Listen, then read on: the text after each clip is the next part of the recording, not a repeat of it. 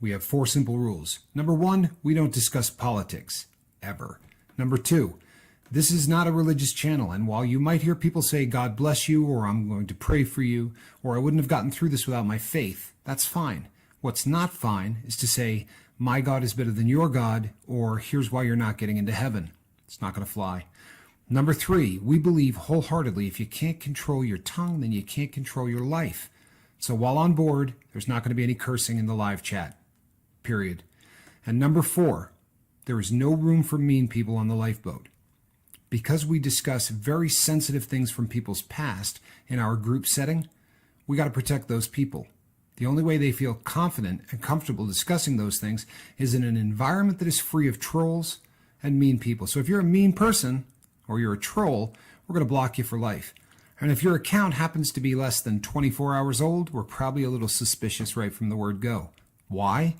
Well, because there are people in this world who enjoy being cruel solely for the sake of being cruel.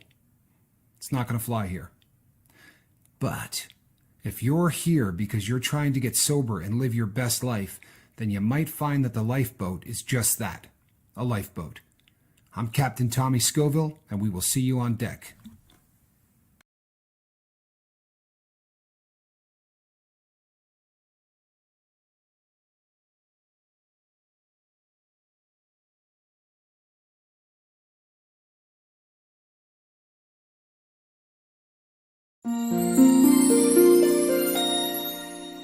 I got it on dial-up. That works. It isn't ideal, but it's all righty then. Hey everybody, I'm Captain Tommy Scoville, and you are on the lifeboat. People are on location. The lifeboat is filming on location from sunny Florida. Well, it's not sunny this time of day, but and it was raining when I came in. But thought I'd bring it to speed a little bit on the trail of the day. And where we're going to be going, because we're going to be doing some things a little bit different. I'm hoping we're going to see how this flies, because I'm kind of Mark and I are sort of going by the seat of our pants here a little bit. But I'm going to be checking out the possibility of maybe shooting the morning video, doing it outside, maybe getting a chance for you guys to see the ocean a little bit. I'm going to set up there because of the time difference. I've got to jump on the West Coast, so hopefully I'm going to be able to get up in the morning and get that done, so that excuse me, so that by the time I get that posted, we'll be in good shape. Everybody has a chance to see that. And I'm also trying to get the squirrel parts of this set up. I have 2 different devices, and the one that I'm working on, the one that I'm filming with here, is working beautifully. The second device, which enables me to look at what you people are saying, not in the best of setup. So as far as that goes, again, we're going to be flying a little bit by the seat of our pants. If there was a time you were going to talk about, this is probably a pretty good time to do it. So I wanted to go over a couple of things today. There was something I was in the process of discussing last night. Last night was another late night, people. I'm not going to lie to you. I'm working on very few days with very, very little sleep. The insomnia thing. Probably some of that had to do with travel, and even under the best of circumstances, when you're getting ready to pack everything up and start heading off on a vacation or on any kind of a trip, it's going to mess with you a little bit. And I think that there was probably some of that going on, and just the normal life stuff that happens to me. As you guys know, I have shared this with you. I have suffered from a traumatic brain injury.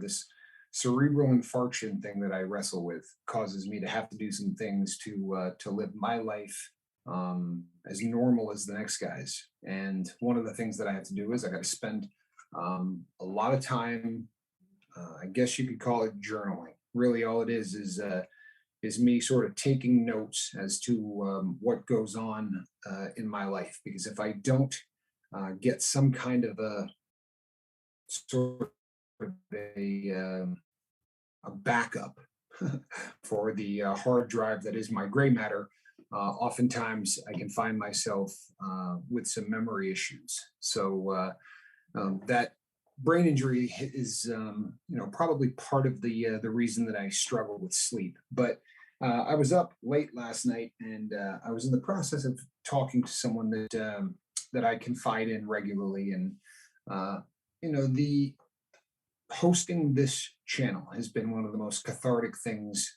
for me that I've ever done. Mark talks about it all the time. I talk about it. It's a pretty humbling thing to come out here and talk to you people every day about, trying to stay sober and trying to give people some ideas of things that you can work on, so that, hopefully you're having an opportunity to try to live your best life. And in the process of talking to this person, I said, there are times where, unlike other people, if I'm having a bad time, I'm having a bad time in front of the entire world. And there were parts of me that felt, I don't know, almost guilty. You know what I mean? Because as many times as I say, hey, I'm not a guru, and I don't have all of the answers. I think that there are a great many people who tend to believe that I do. So, in the process of talking to this person, they said something really that sort of got my attention. They said, you probably ought to share that. And I think it probably does, need mentioning. People, I don't have all the answers. And make no mistake, nobody does, right? There is nobody out there in this sobriety game that has all of the answers. And if by some chance I have done a bad job at sort of laying that out, then let me do it here, so that you guys really have a better handle on exactly how I view my role here as the captain of this boat. Right? What my job is to organize this so that we all can come together and talk, and to ensure that there is some kind of a subject matter that I bring up on the daily that steers everyone in a direction that gets the conversation underway, right? But for not a hot second do I want any of you to think that I don't struggle with the exact same things that you struggle with each and every day. Now, there are days that things are perfect. That happens. And it happened even early on in the sobriety when I was still incarcerated. There were days where everything just seemed to go all right, and everything was, yeah, there's always going to be something bothering you. It's just the nature of life. However, there were days where drugs weren't one of the things that were bothering me, and I didn't have any kind of a desire to go back and use or do anything like that. The one thing that I will say is that that's the one part of my life these days that I'm very, very comfortable with. But I'm still struggling every single day to identify and really put together the page 3 version of who I am. And as things happen like this vacation, it really sort of hammers home, what that job really means, right? What it means to redefine yourself. Because so I'm coming into to a place where I'm running into family, many of whom I have not seen in decades. In some cases, 20, 25 years since the last time I saw these people, which means they were this big, some of them, right? They were literally, 2.5 feet high, and they were just working on tying their shoes without their uncle's assistance. Now they're doctors and lawyers. And, I said yesterday, it really is an important thing that you don't judge your success by other people, that you don't compare yourself to others. Keeping life in perspective is essential, because I don't care who you are. If you're Bill Gates, right, there's still going to be somebody that's going to make you feel like, well, that guy's got it together and I don't, right? I'm sure that Bill Gates looked at Steve Jobs and thought, man, that guy's a genius. I borrowed mom's credit card and bought this technology from IBM and marketed it well. But that Jobs guy, that's a genius. I struggle with this. This is something that I struggle with on the daily. It really is one of those things. And when you start to put yourself out the way that I'm doing it now, you look at people who do what you do. And truthfully, there's nobody that does what we do. What we have set up is very, very unique. So, it becomes difficult for them to point to channels that, in theory, air quotes, are the same as what we do. So instead, I get people who are more like Tony Robbins, right? Or I get people who are life coaches that are phenomenal at what they do, right? These people, they're excellent at what they do. They're polished public speakers, and their subject matter is tight, and their delivery is perfect. And truth be told, they got a team of 12 people to make sure that that happens. Folks, I don't ever want to be that guy, but like everybody else, I find myself occasionally struggling with that. And I think that I'm probably doing everybody a disservice if I only come out here and put out the heads side of the coin. Right? There is the dark side of the coin. There is the dark side of what I put out, and what I put out is a guy that is that's sober. Obviously, that's what I'm pushing because it really is the goal. But and Mark will tell you the same thing. We're not we don't have it together. Right? We're not saying for a hot second that we've got everything put together and that we're perfect and everything is groovy. And if I came across that way, good Lord, people, pay attention, because that's simply not who I am. But who I am is sober. That I promise you. Today, yesterday, tomorrow, I'm taking this one day at a time like everybody else here. I would say that the difference is that I have absolutely read everything that you could read, and I will continue to do that. In the beginning, I did it just because I wanted to get a handle on the sobriety thing for myself. And then as I started to read it, it occurred to me that probably 70% of what gets written, although it might be really important and really cool, it's not applicable. It's more knowledge, but it's not something that you can take and put into your day-to-day practice in order for you to stay sober. So what I do and what Mark does is to try to take this mountain of stuff that, by the way, grows exponentially. Number of books that get put out each and every day on sobriety is you couldn't keep up with reading the titles, much less just trying to get through every one of them. So you sort of cull through and try to get the stuff that gets a lot of ink, or the stuff that comes up with theories that are really unique and new. And then we try to pare that down to something that we can come here and talk about that'll give people a chance to take some of these new theories. Like we've been talking recently, and by recently I mean in the last, say, 4 live feeds or so, about this shadow work, right? And this term is gaining a whole lot of traction. The shadow work concept is that you're removing defects instead of trying to, it's kind of like looking at it as a positive and a negative. If you've got 4 negative things going on in your brain and you add 5 positive things, then in theory, you're going to cancel out those negatives and life's going to be good. Shadow work is the exact opposite concept. As opposed to adding any positives in there, you're just going in and trying to get rid of the negative. And for some people, that visualization process of trying to go that route is a easier thing than it is to try to become almost like a mental weightlifter, which is what happens with a lot of the different techniques that that you read about, and a lot of the ones that I bring here are techniques of trying to add more positives into the equation so that you cancel out the negatives. That's just one example of the kind of things. But make no mistake, people, that what I really want you to come away from today's live feed hearing is that I don't want you to, for a second, that I have everything put together and that I have all of the answers. And the reason that I think it's important to say this is because, as I said in I don't know which live feed, it was either Saturday or Sunday's live feed, when I was talking about perspective. I was saying that the last thing in the world you want to do is judge yourself by other addicts and other people in recovery, right? Don't look at Mark and say, he's pushing 11 years, man. That guy's got it together, right? Don't start judging people by other people's sobriety. And my bobbleheaded brother's doing this one right now. Like, yeah, don't judge yourself by it. But if I don't come out here and make you understand that I'm struggling the same way as everybody else, the last thing in the world I want to do is become a stumbling block. The last thing in the world I want to do is be that guy that looks like he's got everything together and makes you feel like, oh, I'm never going to be there. You're already there. I promise you. The difference is that I had a base in my life of this. I had some formal training in terms of speaking, right? This was something that in my previous life I did. So it seemed like um, it was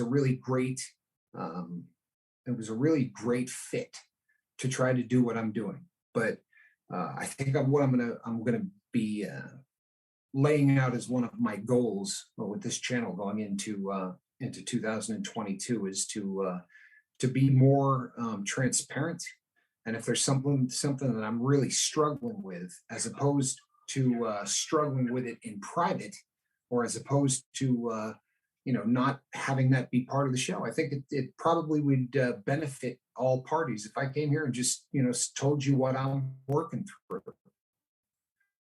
The way this all is, someone who knows me pretty well said, yeah, to one of your live feeds yesterday or the day before, and yeah, I could tell that you were just preaching to yourself, that you were talking about things and techniques that you're personally working on.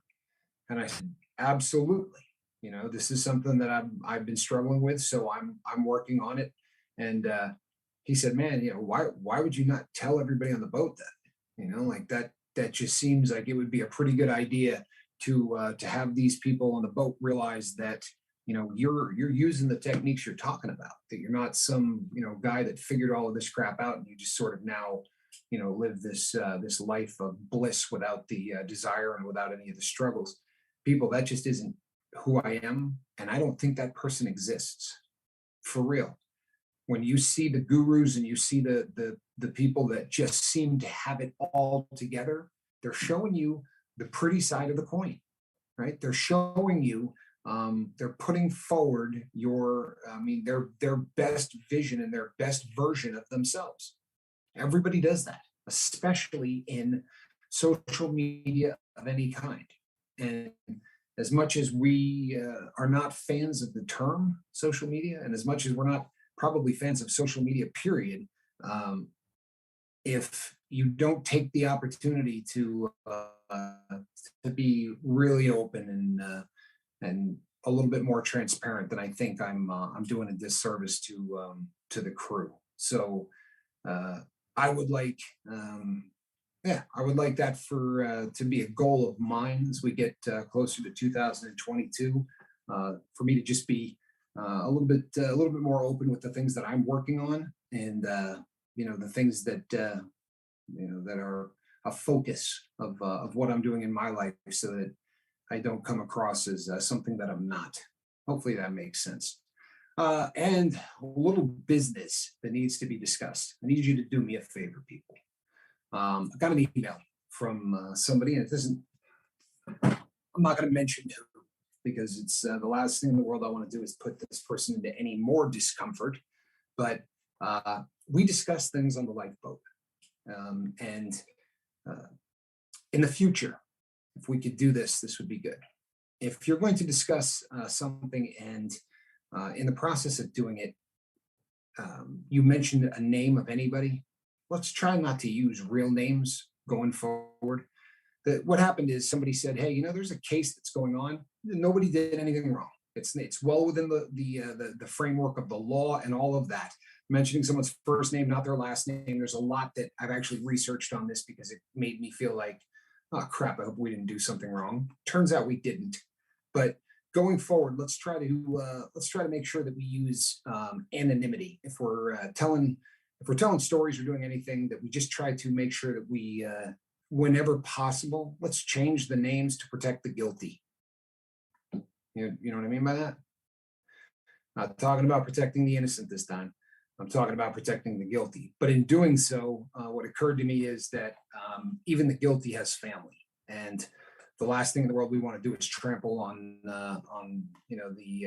We don't want to create victims where there aren't any. So let's work on.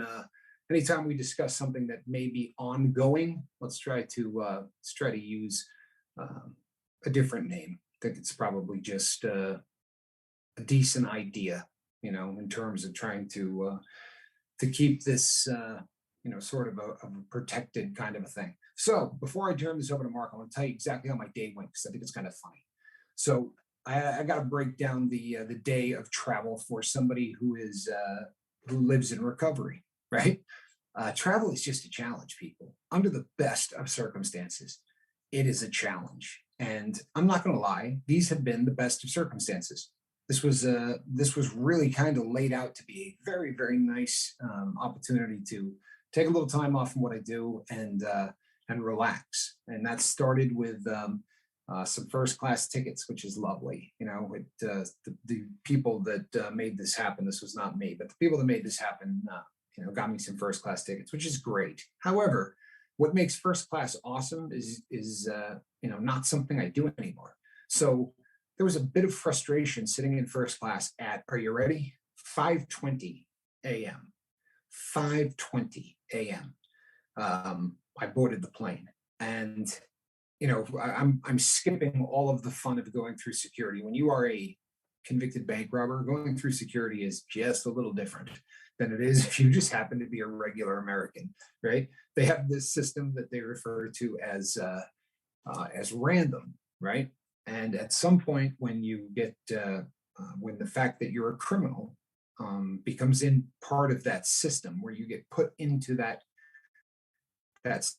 system, or last name apparently changes to because each and every time I go through airport security, it's just a little bit more fun than it is for the next guy. But aside from all of that, we get there in time, and I board the plane, and I'm sitting in first class at 20 minutes after the hour of 5. There were 3 people in first class that were not drinking at 5:20 a.m. 3. So the majority of everybody there is buying that upgraded ticket for a lot of money, right? The difference between first class and coach is astounding. But they were doing it so that they could drink for free. I mean, that really seemed like that was the mission. And there were a couple of them that sort of caused me to do something that I did 2, at least, videos that I know of. Mark might correct me and tell me I've done more than 2, but I've done a lot of videos about staying in your own lane, right? Now, once you become so, you don't want to be that person that elbows, the guy next to you, goes, "Hey, dude over there, man, it's his 4th drink at 6 o'clock in the morning." I was that guy today. I honestly found myself counting drinks of people in first class, and it's not healthy behavior. It really isn't. But I found myself just sort of, I don't know, blown away at the business-like attitude that people were putting away the sauce before the sun came up. So we get pulled out onto the runway, and I'm obviously leaving from northern Nevada. It's pretty chilly this time of year, so they had to de-ice the plane. And the person who I wasn't counting managed to get 3 more drinks down just while they were de-icing the plane. Not that I was counting, but by the time we were wheels up, this cat had like 7 in him. And I thought to myself, this is the guy that's going to, remove his mask, refuse to put it back on, or any of the other stuff that can get them to divert a plane to the closest airport and call in the Air National Guard or whoever they bring in to arrest those people. Fortunately, that didn't happen, but and I caught myself because when I got on the second plane, not only was it hours later, but we were changing time zones. So now it was definitely 5 o'clock somewhere, and the crew that was on the second plane was far more businesslike. But instead of falling into the same crap that I was doing on the first plane, I grabbed a book and started to try and read. I was really hoping that by reading on this aircraft, I was going to find myself, getting tired to where I could. I don't do well sleeping on airplanes. It's never been a skill of mine. And normally, if you're a big person, if you're not a small person, the airplanes they're just not built for people that are not, 5'6" and anorexic. They don't build aircraft for people 6'2". So even if you're in first class where you got a little bit more elbow room, it just makes it a very difficult thing to try to get any rest. So the flight ended up, everything went smooth. I read a lot of a book that we'll be talking about when I finish it. It's a great book.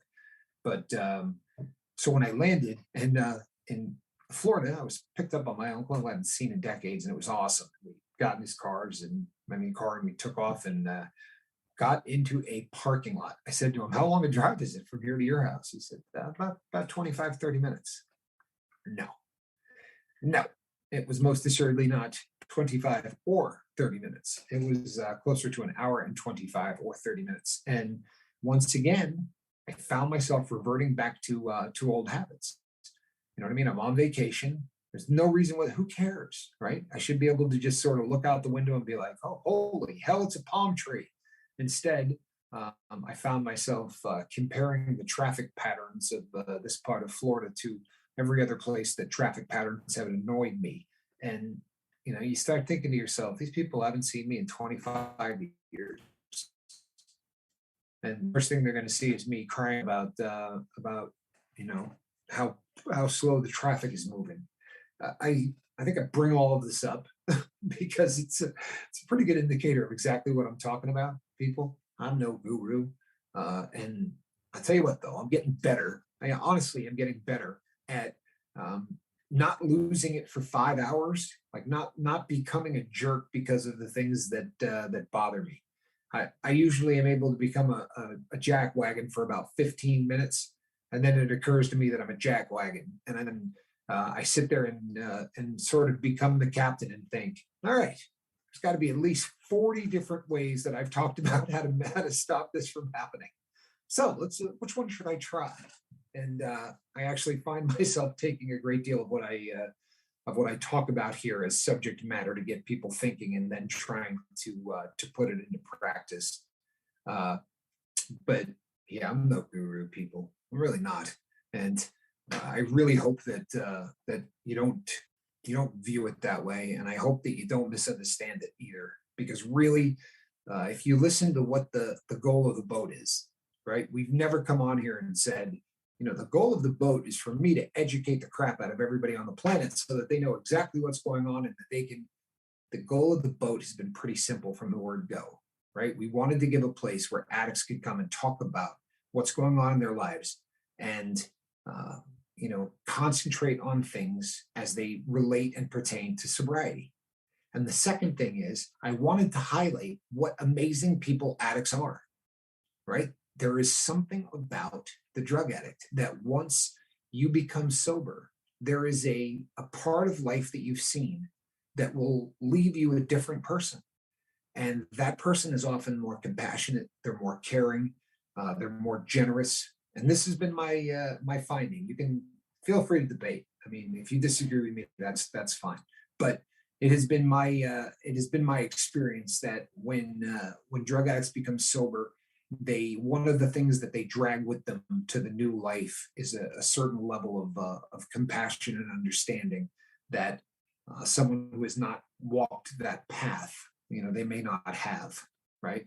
So, and to give those addicts a place where they can own their past without being judged, and they can celebrate their victories with people who understand what it means, how big a deal it is that you're 3 days sober, or how big a deal it is that you're 14 days sober. The rest of the world would like you to mention it when you're 10 to 15 years sober and you've done everything right. You got your own house, car, insurance, right? You haven't done anything that is outside the norm in any way in a few decades. Go ahead, tell us how you beat that. They don't want to hear about it at day 4. They don't want to. Yeah, it's really not conducive. The society is not sort of set up these days to allow people to celebrate those victories. And that's really what the goal is. And that's what we've always talked about. And at no point do I remember, telling you guys that, Mark and anybody that we bring on as guests, we're going to come here to tell you all of the answers so that you would know exactly what to do.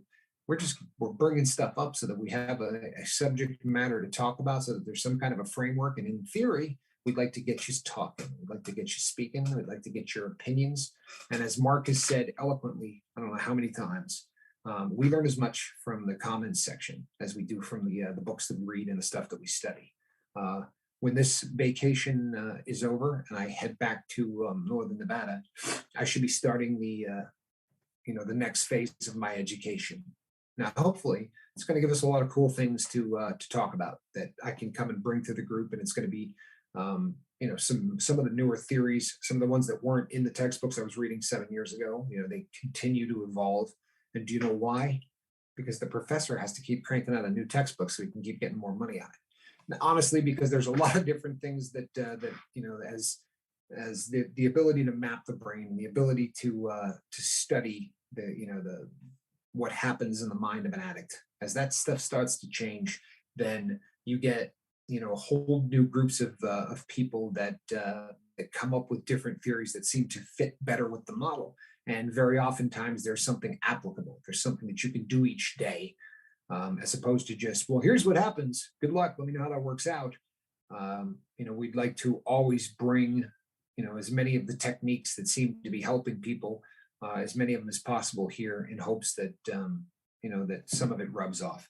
Now, before I turn this over to Mark, and I promise this is the last thing I'm saying, but before I turn this over to Mark, hey, we talked about perspective the other day. We talked about time. It was one of the things that I was really hammering home was time. And the reason that I spent a lot of my time on the subject was because I get emails, I get direct messages, I get texts every single day from tons of you that say, I just don't have enough time in my day to do this, or I don't have enough time in my day to do that. And people, it's rare that I say, come on, honestly, right? We're not a judgmental crew, but I'm telling you right now, that's ludicrous, right? There's 3,840 hours every single year that you can do whatever you want with. That's after sleeping for 8 hours a day and working for 8 hours a day. That's still going to leave you 3,840 hours. I think you could take 30 minutes a day and turn this thing off, right? Turn this bad boy off for 30 minutes a day. And during that 30 minutes, just concentrate on something that's got nothing to do with social media. And I think you will see a change in your life quickly. I'm not kidding. It's one of the best exercises that I've done out of all of the things that I've read and all of the stuff that I've tried to put into practice. Disconnecting for 30 minutes a day and listening to your own brain, not sitting in silence and trying to quell every single thought, but quite the opposite. Listening to exactly what the self-talk says. Because if the self-talk is beating on you, then you probably understand why your days aren't going the way that they're supposed to. And it gives you an idea of what you need to work on. And if the self-talk is defeating, what you're telling yourself during that 30 minutes is going to paint a beautiful photo of exactly what it is that you need to work on. But if you need to disconnect, this thing will stop you from anything productive during that 30 minutes, right? Because so-and-so just posted a picture of themselves, with the meal that they ate last night at Whataburger. That's important stuff. I got to check that out, right? Turn this thing off for 30 minutes a day. I beg of you. Turn this thing off for 30 minutes a day and listen to what's going on in your dome, because that's it's going to do remarkable things. I promise you it is. It's fast. It's one of the easiest things that you can do to really start getting a focus. That has been my finding. So at this point, I would like to turn this fun over to my brother, bobbleheaded Mark, on the other side of the glass.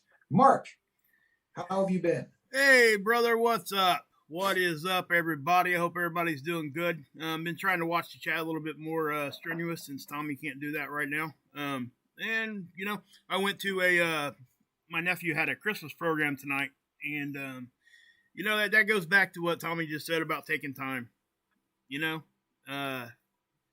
Stuff like that I wouldn't have done 5 years ago, because I was so stuck inside my own head and trying to deal with what I was dealing with, and I've been in recovery for over 10 years. So 5 years is a good amount of time to be able to, assert myself back into society in some way, shape, or form. Now, everybody has their own timeline, so there is no judgment, but there is something to be said with, holding each other accountable to, hey, are you really trying your hardest? Hey, are you doing this? Or, hey, are you doing that? It doesn't mean that anybody's getting on anybody. It's just all of us being a family looking out for each other. making sure that everybody is trying to do the same. And before we move on with that conversation, I know Tommy can't see the chat. He might now. I'm not sure if he can pull it up now or not. But yeah, Fi needs some prayers too. I'm not sure if you've seen that or not, Tommy. Like, one of her friends got rushed to the hospital. Yes. Okay. I'm sure everybody else in there has seen that. So everybody pray for her, and Nikki's in here. It's a new girl, I believe. I haven't seen her before. Welcome, Nikki, and it's hard to overcome anything. You said you've made it 8 days before, longest you could go. Well, we got a saying around here. It's called "Never quit quitting." That's what we do, right? It's right there on the shirt. It's right there on. It's plastered all over everything over here. So what that means, in short, is if you do fall, you get back up, and we're here to support that. We're not here to focus on the fall. We're here to focus on picking you back up. And that's what we do here. And I hope that, you come back or you email me or Tommy or whatever, and we'll try to help you if you need help. But know that this chat is going to help too. Just simply talking about things, guys, can really, just being able to verbalize it. Some people don't have that opportunity, so, and that's kind of what we try to do. Just being able to verbalize it, or even like typing it, even in this. And we are moving, towards a call-in show, that kind of a thing too. So that's definitely going to open some things up. People are able to verbalize things in a way. And, believe it or not, guys, I know most people probably understand this, but body language and voice tones and stuff like that can really give you a sense of how somebody actually is doing. No matter what the words are coming out of their mouth, it's kind of like Rush Hour, that show Rush Hour. You understand the words are coming out of my mouth? Yeah, but that's not what your face is telling me, or that's not what the sound of your voice is telling me. Those kinds of things.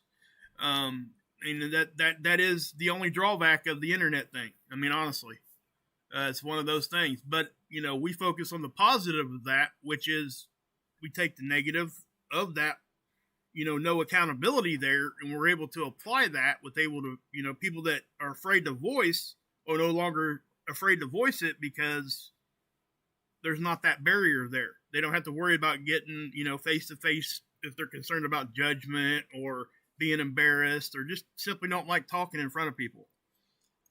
Because like Tommy said, he's been trained in that, his life before was nothing but that, and me too. I never really wanted to get up in front of people either. And I ran a baseball program here where I live, and there was, we had over 1,000 kids in the program. So obviously that required me to stand up in front of about 4,000 or 5,000 people, at like opening day and stuff, and run that whole thing.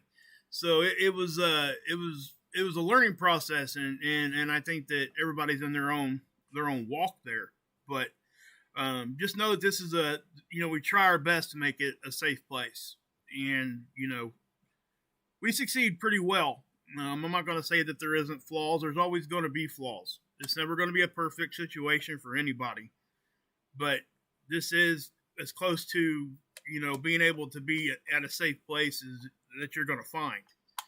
I don't think you're going to find anything other than. If you know a place like that, please point me toward that direction, because I want to go check it out. Honestly. 100%. Tommy, he says a lot. Hey, me and him could just walk right off right now. Me and him were in a car accident together or something stupid, something disgusting like that, and we ended up not being around anymore. Again, you would see people like Charlie, Fi, Leisure, people step up, take this channel, and just run right for it. That's what would happen. Because nobody here is willing to give up the connections that they built with people already, plus the help that they can give each other. And it's therapeutic for all of us. And Tommy was speaking about that earlier. It's very therapeutic for me and him to do what we do. We get a lot from each other, talking to each other through text and phone calls and things like that. But doing this for you guys and doing it for everybody, not just you guys, everybody, it it's hard to explain. You almost can't even put it in words how therapeutic it is. It's just really weird. It's an odd sensation to feel that and not really know why. Why is that making me feel better? I know it feels good to do things for people. And I relate this to this. My mom used to always say, and my grandma said this until she passed, at Christmas time, they loved giving us presents. They could care less if they got anything. It's kind of the same thing. You're getting something from giving. And that's what they were feeling. They were getting satisfaction out of giving us presents. It wasn't anything other than that. They knew it was making us feel better. So that's kind of what I think is what me and Tommy kind of experience out here. It's a little bit of that, and and a lot of others. But yeah. So I know the topic of we picked a topic about asserting yourself, basically how to enjoy life in recovery, and I picked that because of where I went tonight. That was we were trying to come up with a topic, and this is what we went with, and yeah. You have to try to insert yourself at whatever time frame, right? Nobody's here to tell you to do it today, tomorrow, or anything like that. But consciously try to slowly integrate yourself back in, and do it again in your own time frame, but also do it in a way that you're pushing yourself a little bit too. Because if you're too lapsed on that, you're never going to act. You just won't. And I mentioned that earlier. It took me 5 years to really be able to be comfortable, doing those kinds of things again. And I look back on it, and I probably could have started doing it earlier. I just didn't because I got lazy. I found, I was in a groove. I was in a routine, which routines are great for people in recovery. They are. It's a great, if you have a structure, that's a really good thing for a recovering addict. Or anybody fighting, alcohol, any kind of addiction. If you have something that you got to go do, if you have something, a certain pattern that you're doing things in, you don't have to worry about, what do I do here? What do I do there? You know where your mind's going to take you day after day, right? So for me, I started really, really small. I'm talking 5-10 minute conversations and I was out. You know what I mean? I wasn't comfortable. I just wasn't. Even with my own family, going to family get-togethers, the holiday seasons and birthday parties and all that. And I guess what I'm saying is that at the end of the day, you'll probably regret it a little bit if you don't try to do that, because you will miss things. And you don't want to, you don't really want to do that. But also recognize that you are trying to be better. You're trying. Never quit quitting. We say that so much, but it's so applicable to everything we do. Not just at the addiction part of it, what I just said. Don't quit trying to go out and do things. If you go out, what's the worst that can happen, guys? If you go to, say you went to a family get-together, or say you went to a Christmas program like I went tonight. You get there, you're there 10 minutes, and you start freaking out a little bit. What's the worst that's going to happen? You're going to get up and leave, right? I mean, honestly, that's all that's going to happen. So, and what I'm saying is, you sometimes you don't even know how you're going to feel if you put yourself in that position again. And for me, like I said, guys, this is so therapeutic for what I'm doing here, and for what Tommy's doing here, and for what we're all doing here. And you guys are making it that way for us. And, don't forget that we don't have all the answers. We don't. We never will, but we try. One thing I can promise you, if you have an issue and you come to one of us or anybody here on the boat, we will help you find the answer if we don't know what that answer is. That is a guarantee. Amen. Yeah. Go. You okay? Yeah, no question. I think that's about as essential as anything that that you could say. If we can't track it down, if we don't have it, we will track it down, or we'll get you sent off to the right place. There are going to be times, people, plenty of them, where there are individuals who struggle with certain things, and there are individuals who struggle with imbalances that need to be handled by people with a lot of initials after their name, people who work very specifically with that type of malady. And I think what we'd like to pride ourselves on is the fact that we're getting pretty good at seeing when somebody can be helped by what it is that you all do here, and when that person needs to be recommended to something different and something larger.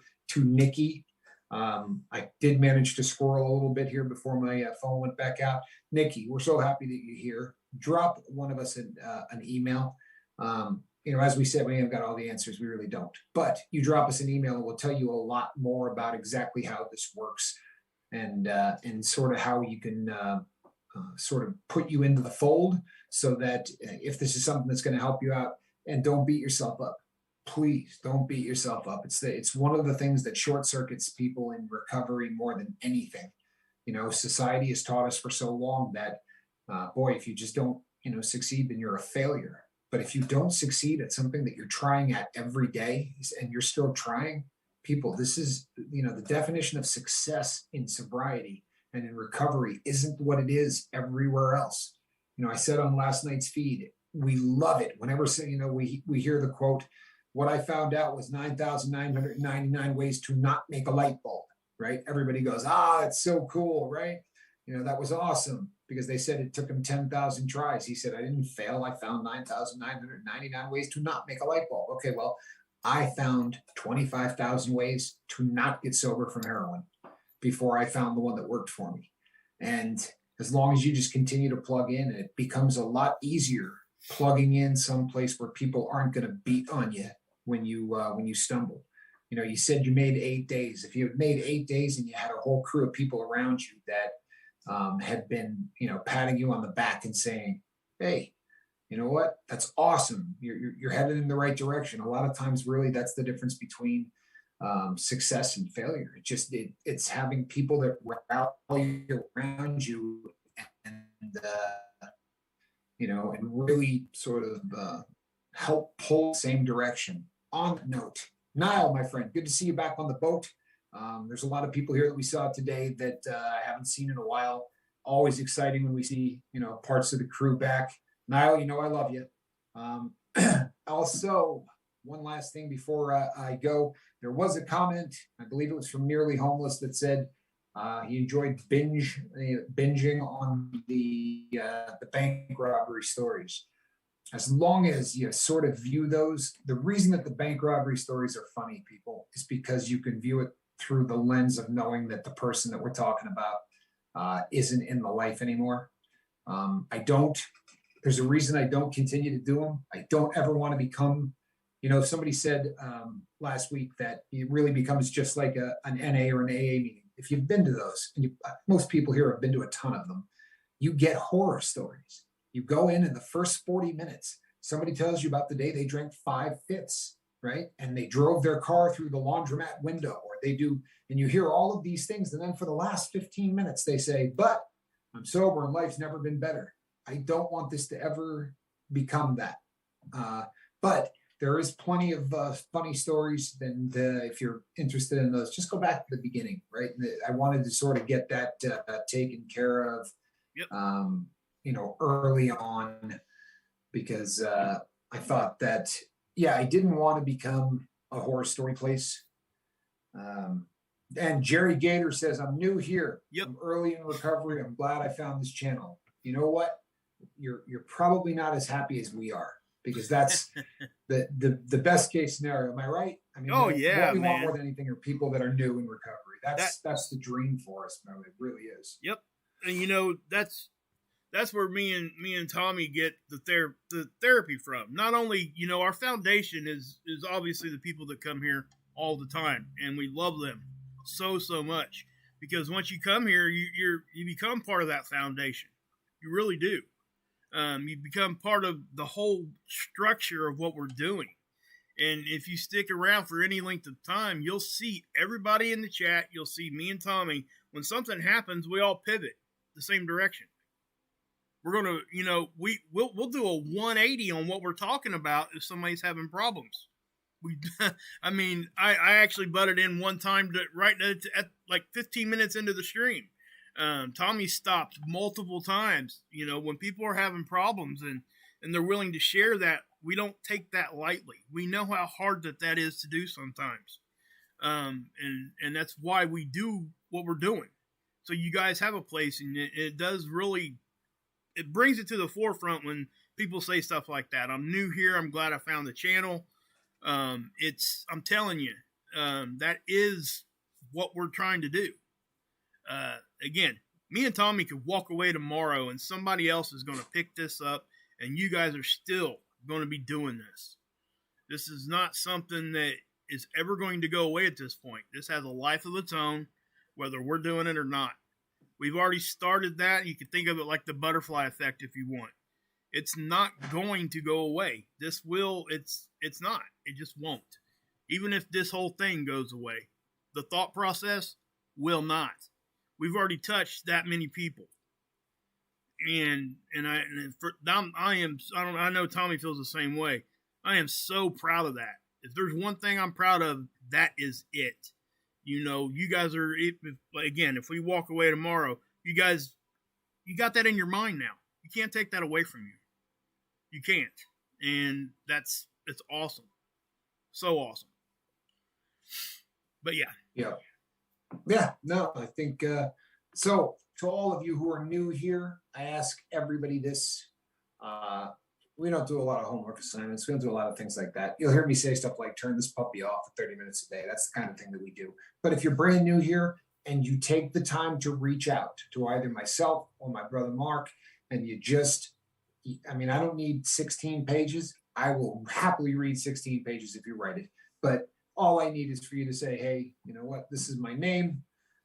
My previous drug of choice is this, or I'm still in the life and I'm getting high every day. We don't judge people for that. If you're still getting high, but you're here, it's because you're thinking about quitting. That's just as good as you could ask for, right? Nobody shows up and is perfect. We do not judge people who are in the life. We're going to treat you the exact same way, one way or the other. But tell us where you're at. What happens when you do one of these live feeds, like Mark just said, there are times that somebody says something and it becomes real obvious that whatever I'm talking about is not nearly as important as what that person just said, right? The purpose of the subject matter is so that we don't go like this.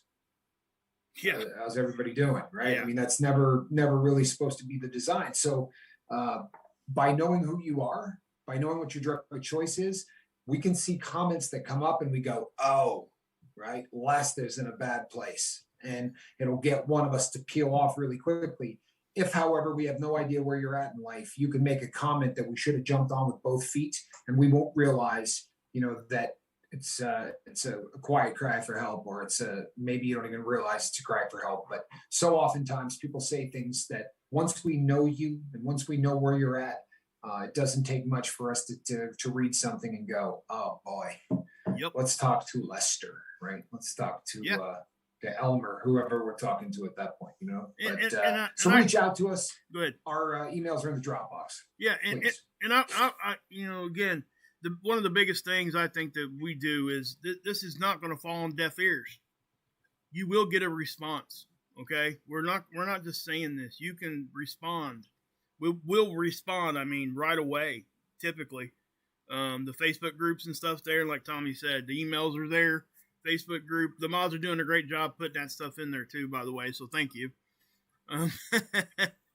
So yeah. Anyway, yeah. So hey, we had somebody else pop in here. I think that's Kale from yesterday, isn't it? Ed Kale Marson.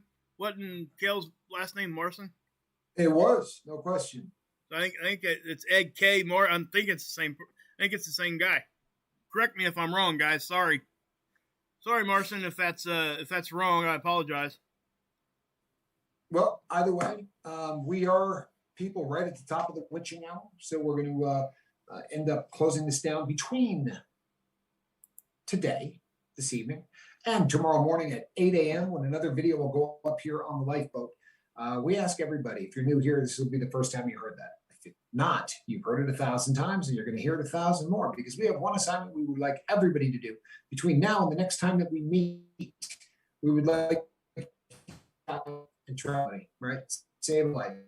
Bring somebody here, not here, talk to them, right? Just reach out. The way that addicts get saved is by other addicts, and that's just the way that it works. It's the way it always has worked. It's the way it always will work. So between now and then, do reach out.